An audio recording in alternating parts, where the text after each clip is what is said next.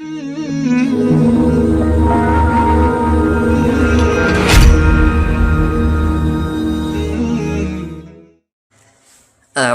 بالله من الشيطان الرجيم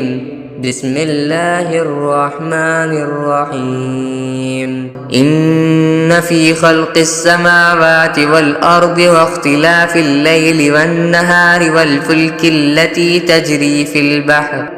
تجري في البحر بما ينفع الناس وما أنزل الله من السماء من ماء فأحيا به الأرض بعد موتها وبث فيها من كل دابة وتصريف الرياح والسحاب المسخر بين السماء والأرض لآيات لقوم يعقلون۔ بے شک آسمانوں اور زمین کی تخلیق میں، رات دن کے لگاتار آنے جانے میں، ان کشتیوں میں جو لوگوں کے فائدے کا سامان لے کر سمندر میں تیرتی ہے، اس پانی میں جو اللہ نے آسمان سے اتارا اور اس کے ذریعے زمین کو اس کے مردہ ہو جانے کے بعد زندگی بخشی، اور اس میں ہر قسم کے جانور پھیلا دیے، اور ہواؤں کی گردش میں اور ان بادلوں میں جو آسمان اور زمین کے درمیان تابع دار بن کر کام میں لگے ہوئے ہیں، ان لوگوں کے لیے نشانیاں ہی نشانیاں ہیں جو اپنی عقل سے کام لیتے ہیں۔ وَمِنَ النَّاسِ مَن يَتَّخِذُ مِن دُونِ اللَّهِ أَندَادًا يُحِبُّونَهُمْ كَحُبِّ اللَّهِ وَالَّذِينَ آمَنُوا أَشَدُّ حُبًّا لِلَّهِ وَلَوْ يَرَى الَّذِينَ ظَلَمُوا إِذْ يَرَوْنَ الْعَذَابَ أَنَّ الْقُوَّةَ لِلَّهِ جَمِيعًا وَأَنَّ اللَّهَ شَدِيدُ الْعَذَابِ۔ اور اس کے باوجود لوگوں میں کچھ وہ بھی ہیں جو اللہ کے علاوہ دوسروں کو اس کی خدائی میں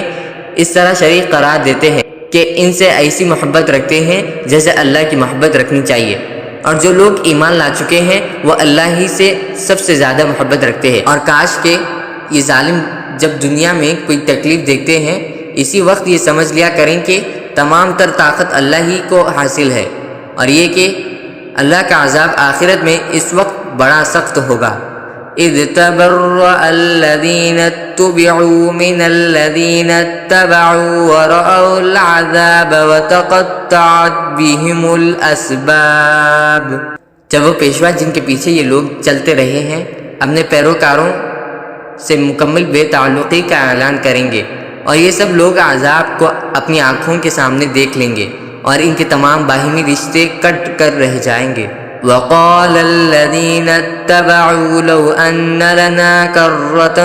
فنتبرأ منهم كما تبرؤوا منا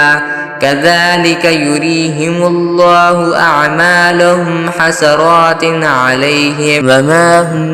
بخارجين من النار۔ اور جنہوں نے ان پیشواؤں کی پیروی کی تھی وہ کہیں گے کہ کاش ہمیں ایک مرتبہ پھر دنیا میں لوٹنے کا موقع دیا جائے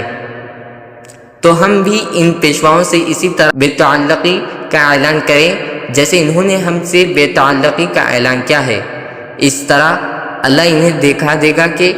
ان کے اعمال آج ان کے لیے حسرت ہی حسرت بن چکے ہیں، اور اب وہ کسی صورت دوزخ سے نکلنے والے نہیں ہیں۔